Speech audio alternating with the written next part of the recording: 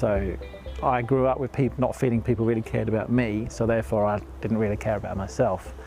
I felt that I wasn't allowed to be me, that I had to conform and to fit in, and I then chose a specific way of being in order to be that person. The athletics changed that because it was all about me, and I was really good at it, so I got a lot of attention, and the attention I didn't get when I was growing up. If you don't identify what it is that you're doing, then you're not going to be able to change anything, because it doesn't matter what anybody else does. So long as you are aware of what you're doing, then it doesn't really matter what anybody else does, because you can keep yourself centered in the space that you want to be in. You can keep yourself focused on the things that you want to do, regardless of what anybody else might be doing around you. You know, the world influences you all the time. People influence you all the time.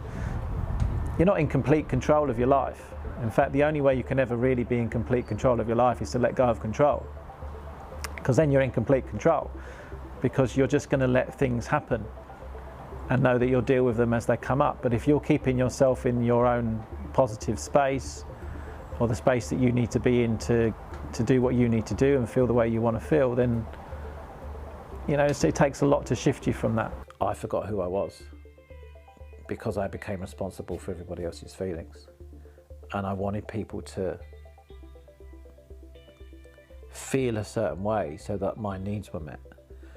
So therefore I changed who I was, or I only allowed certain parts of myself out in order to make that happen. And if people were unhappy about the bits that I exhibited that they didn't like or didn't accept, weren't comfortable with, I would then put those parts to one side and just be the person that I thought they wanted me to be. So if my relationship experience and the idea about myself is leading me to look for certain things, so I'm looking to tell myself that relationships are not sustainable. I'm looking to tell myself that if you experience love, it's quickly taken away from you. I'm always going to find relationships that will tell me that's the same thing.